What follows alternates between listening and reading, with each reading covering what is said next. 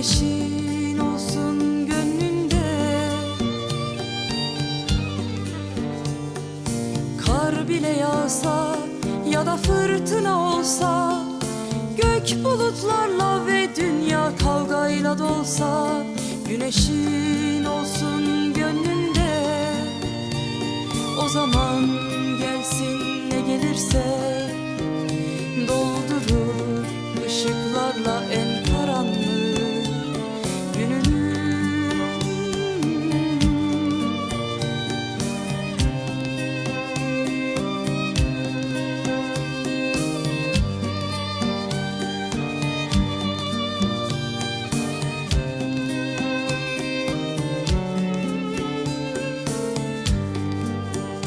Bir şarkı